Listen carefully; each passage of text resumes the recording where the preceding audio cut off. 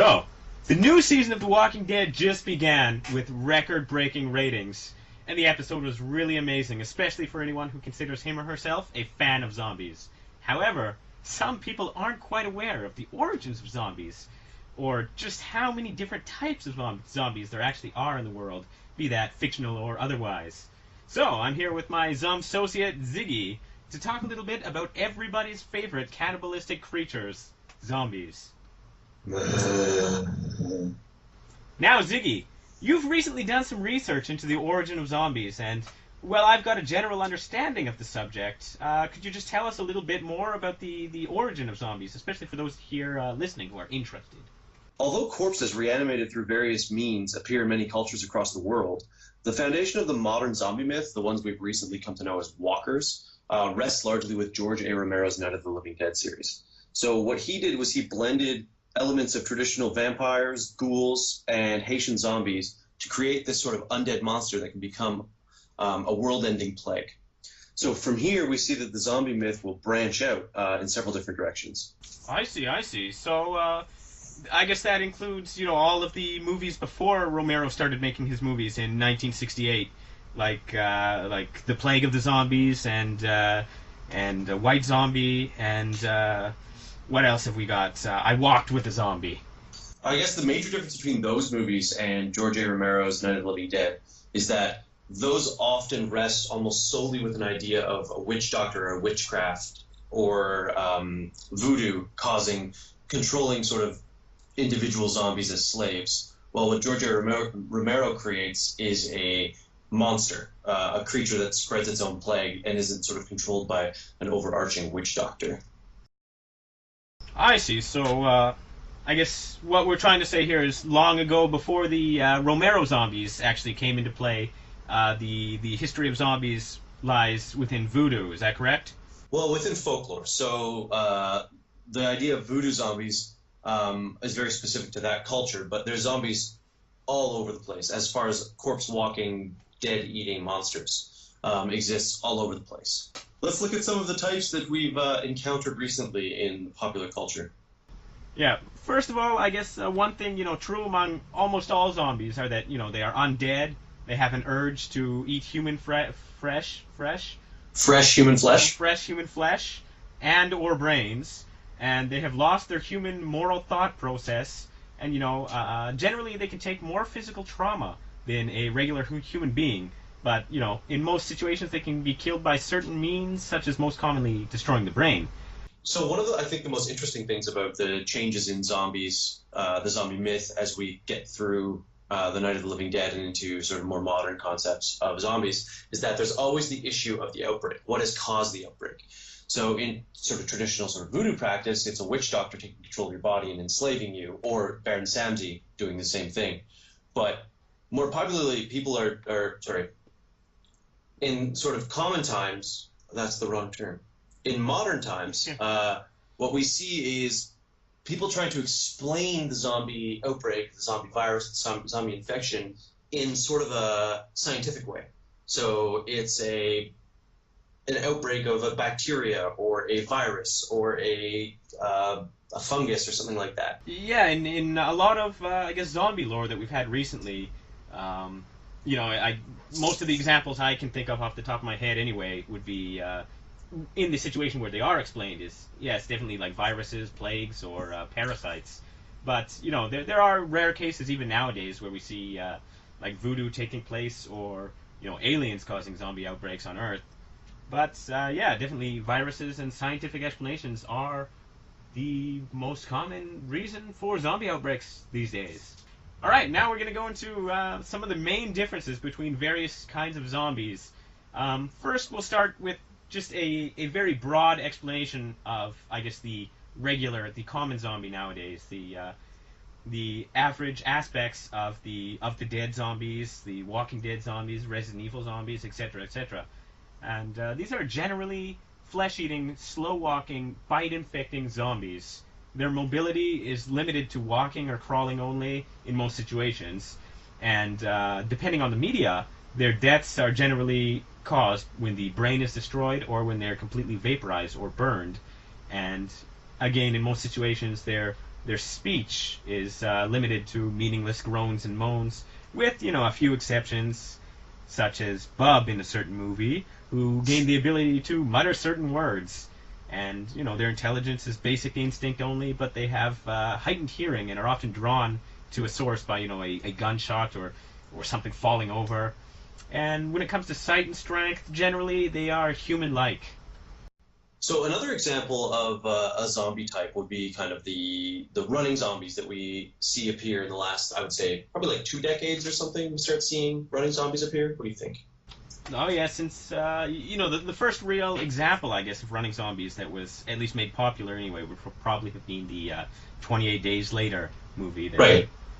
And so, for the most part, their abilities, motivations, and intellect don't really differ from the regular zombies or walkers, except they seem to maintain the full potential of their physical abilities as humans, and they seem to have endless endurance. If you remember 28 Days Later film, the character is just running for his life half the movie, being chased, sprinted at by these zombies. And these are also some of the most infectious zombies. As an example, in the 28 Days Later movie, a drop of blood is enough to infect somebody and immediately turn them into a zombie within what must be like a minute or two. And so even a complete blood transfusion were to take place, the infected could not be saved before turning. And so, again, their mobility, endless endurance, and to kill them, it depends on the media, but whether it's a large amount of physical damage, when the brain is destroyed, or when it's completely vaporized or burned. As far as speech, nothing really noticeable, barely even moans and groans. At least in the 28 Days Later zombies, they seem to scream a lot and twitch as if they're, completely taken over by something. As far as intelligence goes, very similar again to the original zombies, basic instinct only. So another zombie that I think we should definitely bring up here is the Return of the Living Dead zombies.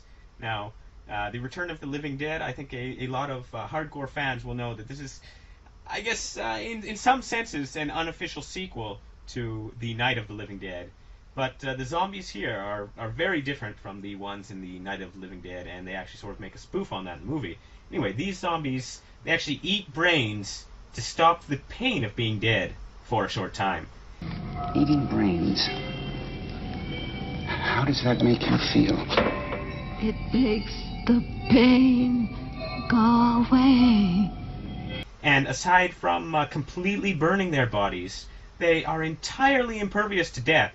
So you can shoot them and chop off all their limbs and their heads and destroy the brain, they won't die. Also, burning their bodies will release gases that infect those who breathe it in and can get into the clouds and the rain and, rain down on a graveyard or something, creating various new zombies, if it's not properly dealt with. So they're extremely hard to actually kill. And, in the Return of the Dead movies, the later movies sort of really toned down their abilities and they became weaker. And the movies really tried to amplify the comical satire of zombie movies. So they became sort of humorous zombies, unfortunately.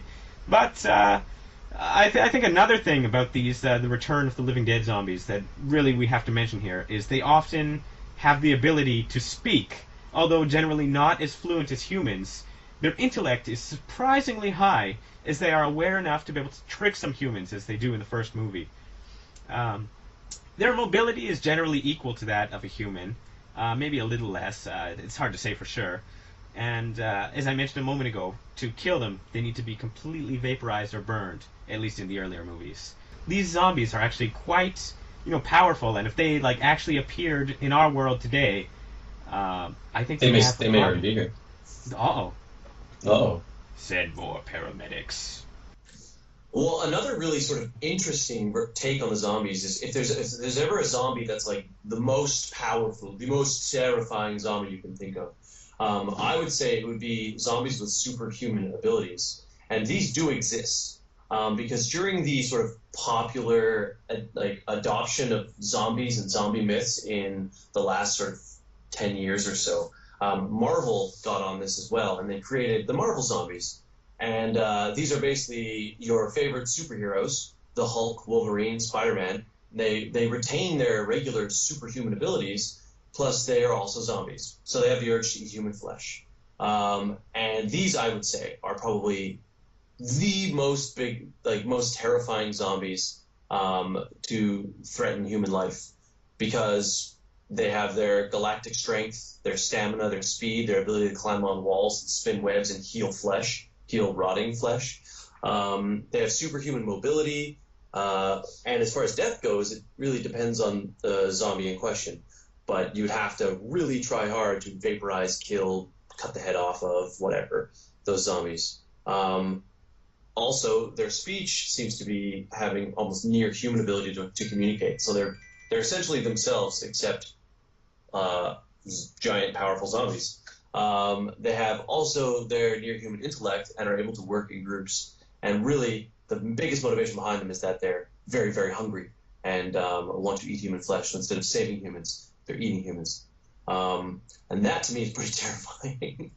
That's just insane how powerful they are. I mean, the Hulk and Wolverine and all the superheroes apparently. I haven't actually read through all the comics yet, but apparently, spoiler warning, they team up and they take down Galactus, and they eat Galactus and gain Galactus's abilities through eating him. And, that gives heroes as powerful as they are already even more powerful abilities, so they can pretty much warp throughout the entire universe, just, causing zombie chaos and zombie plagues on all planets across all galaxies. It's insane. That is terrifying. That is terrifying. It's completely terrifying. So now we're going to tone down the power of the zombies, because we just talked about near indestructible zombies and, zombies taking over the entire universe. We're going to go back to one of the first game series to really popularize, zombies in more recent days, the Resident Evil series. But not just the zombies in the Resident Evil series as a whole, as most of them, I guess, would be classified in the regular zombie area, but the C-virus zombies from Resident Evil 6, these ones I'd like to mention, as they are different from all the other zombies in the Resident Evil series, as well as the ones that we've mentioned on this list so far. And some of these features that they have, the unique features, include that they have the ability to run and jump and utilize simple weapons. But the biggest difference between these zombies and all other zombies in the Resident Evil series, as well as all other zombies on this list so far, is that these zombies lack the infective capabilities that we've seen up until this point.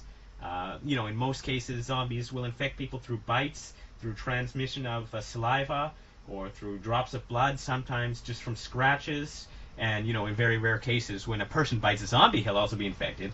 But in this case, whether you bite the zombie or the zombie bites you, you don't get infected. It's a very rare case where a person will bite a zombie, but it happens. Anyway, in this situation, the zombie gases let out by the Lepotitsa creature are the only thing that can create new zombies from the C-virus. So they took it in a new direction. They wanted to cause infection through the fear of breathing things in, rather than being attacked by zombies. Exactly, and it's something you might not even notice if you just play the game and don't really read into the backstory. But these zombies have that is one of their big differences when you really look into it. Interesting. All right, now let's discuss just maybe one more type of zombie before we wrap things up. Is there a type of zombie that you really wanted to talk about here?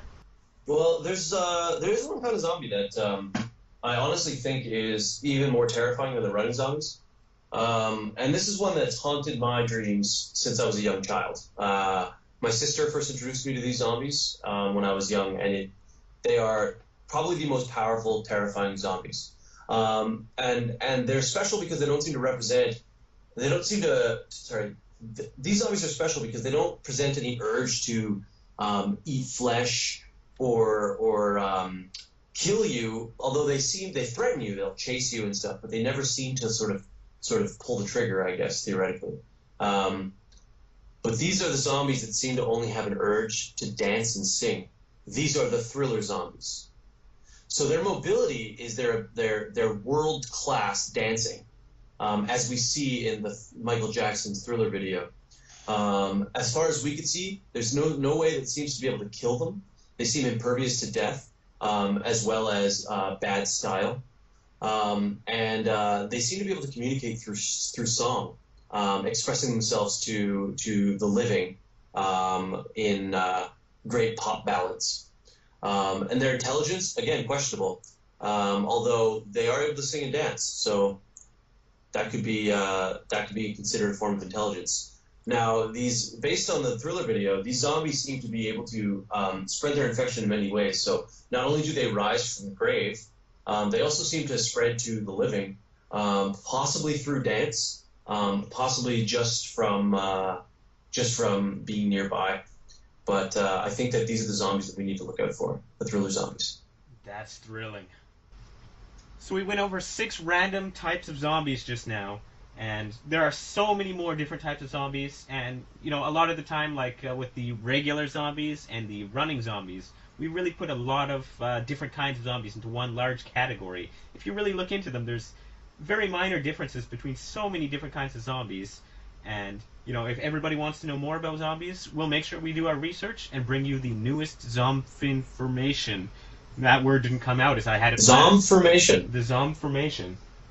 If you have any questions or comments about zombies, feel free to leave a comment below.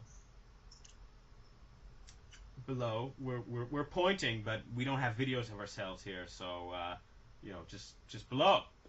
All right. Remember to like and subscribe, because this is YouTube, and that's what everyone says. Yeah. Remember to send more paramedics. Send more paramedics. Remember to like and subscribe. Remember to like and that doesn't work. Give it a big handless zombie thumbs up and a subscribe, because Merle likes this video.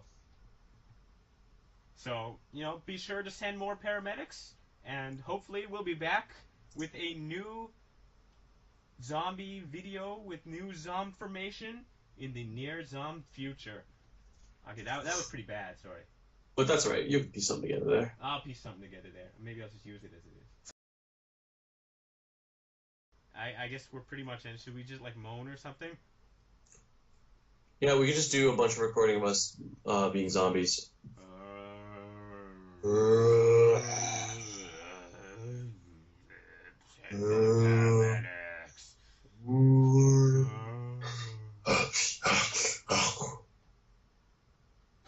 Was that a zombie? No, that was my zombie getting angry and trying to bite you.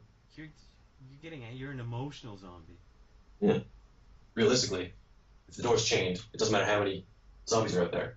I guess. It's not like they'll be able to open it. Yeah, it would be kind of not the most interesting movie ever, you know, if the zombies just sort of. We locked the door. We're good. We're good. The movie's them just like eating beans. Oh man, I could go for some beans right now. I think another zombie we should definitely bring up here is the Return of the Living Dead zombie. Now, the Return of the Living Bed? No, try to sleep. Who bit the zombie will also be infected. But in this case, whether you bite the zombie or the zombie bites you, you're not going to get infected. My stupid phone. You had it too. I almost had it. Like, sum up our thoughts on zombies and have a zombie ending. A zombending. Oh my god, that sounds like a new kind of like bending in the Avatar series. Oh man, that would be Avatar zombies? Yeah, zombending. Zombending. Those could be some interesting zombies. I mean, what do they like make zombies fly around and? Well, maybe they could just like change people into zombies and control them. So basically, they're unstoppable then. Yeah, they're zombie benders. Zombenders. Zombenders. You got to get the terminology right. You just stop being so specific about how it's supposed to be. All right. I'm any kind of zombie. I'm whatever zombie I want. I'm a Diet Coke zombie. Diet Coke zombie. Caused by aspartame. Oh no. So do I defeat you with Mentos? Oh man, so good. I think we just came up with a new concept for a zombie movie right now.